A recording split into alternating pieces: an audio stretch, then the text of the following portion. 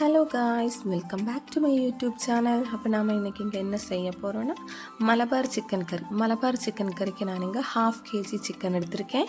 1/2 kg சிக்கனுக்கு 250 ml சின்ன வெங்காயம், ஒரு 3 to 4 பச்சை மிளகு, ஒரு மீடியம் சைஸ் டொமேட்டோ, சின்ன வெங்காயமும் தக்காளியும் மேக்ஸிமம் சின்னதாக சாப் பண்ணி எடுத்துக்கலாம். அதுக்கப்புறம் 1/2 teaspoon மஞ்சத்தூள், 3 tablespoon மல்லித்தூள் அளவுக்கே மிளகாத்தூள் 3 tablespoon அளவு நான் எடுத்திருக்கேன். உங்களுக்கு காரம் கம்மியாக வேணும்னா கம்மியாக போட்டுக்கலாம். அதுக்கப்புறம் இஞ்சி, பூண்டு, சோம்பு இது 3ஐயும் பேஸ்ட் பண்ணது ஒரு 2 tablespoon போட்டிருக்கேன். தேவையான அளவு உப்பு போட்டு நல்லா கையிலேயே நல்லா பிசைஞ்சு மேக்ஸிமம் எல்லாம் சாஃப்ட் ஆகிற வரைக்கும் பிசைஞ்சு அடுப்பில் வச்சு சிம்மில் அது வேகிற வரைக்கும் தண்ணி ஊற்றாமல் சிம்மில் நல்லா வேக வச்சுக்கலாம்.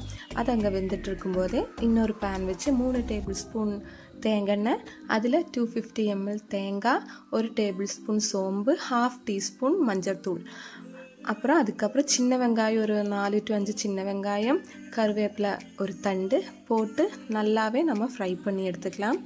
தீ ஜாஸ்தியாக வச்சுக்கக்கூடாது, மீடியம் டு லோ ஃப்ளேமில் வச்சு நல்லா ஃப்ரை பண்ணி எடுக்கணும். தீ ஜாஸ்தியாக வச்சோன்னா அது சீக்கிரமாகவே வெந்து கருகிரும், அப்போ நம்மளோட கிரேவிக்கு டேஸ்ட்டு கிடைக்காது.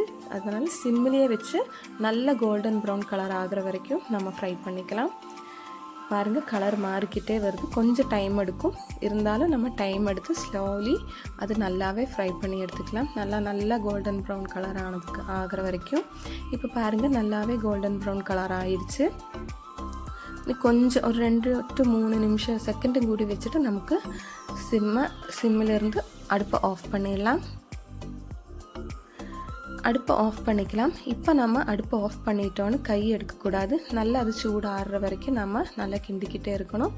இப்போ நம்ம நல்லா ஃபைனாக இது பேஸ்ட் பண்ணி எடுத்துக்கலாம். இப்போ அரைச்சிட்டு வந்த தேங்காய், இந்த சிக்கன் வெந்திருக்கணும், வெந்ததுக்கப்புறம் இந்த அரைச்சிட்டு வந்த தேங்காய் நம்ம சிக்கனில் ஊற்றி அதுக்கு தேவையான அளவு தண்ணி ஊற்றிக்கலாம். கிரேவி மேக்ஸிமம் தண்ணியாக இருக்கக்கூடாது, திக்காக இருக்கணும்.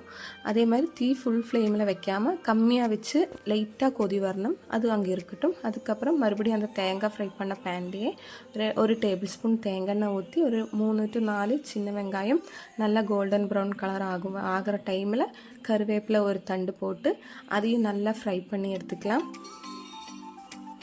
அதையும் நல்லா ஃப்ரை பண்ணி கோல்டன் ப்ரௌன் கலர் ஆகிற வரைக்கும் ஃப்ரை பண்ணணும். இப்போ இந்த ஸ்டேஜில் நம்ம இது கிரேவியில் ஊற்றிக்கலாம். கிரேவியில் ஊற்றி நம்ம அதை மிக்ஸ் பண்ணக்கூடாது. கிரேவியில் இந்த தாளித்தது கொட்டினது நம்ம அப்படியே மூடி வச்சுக்கலாம். நெக்ஸ்ட்டு எப்போ நம்ம சர்வ் பண்ணுறோமோ அந்த டைமில் மட்டும் மிக்ஸ் பண்ணால் போதும். ரொம்ப டேஸ்டியாக இருக்கும், ட்ரை பண்ணி பாருங்கள். வீடியோ உங்களுக்கு பிடிச்சிருந்தா லைக் பண்ணி, ஷேர் பண்ணி, சப்ஸ்கிரைப் பண்ணுங்கள். ரொம்ப டேஸ்டியாக இருக்கும். இது சப்பாத்தி பரோட்டாக்கெல்லாம் ரொம்ப டேஸ்டியாக இருக்கும். ட்ரை பண்ணி உங்களோட சஜஷன்ஸ் கமெண்ட் பாக்ஸில் சொல்லுங்கள். தேங்க்யூ.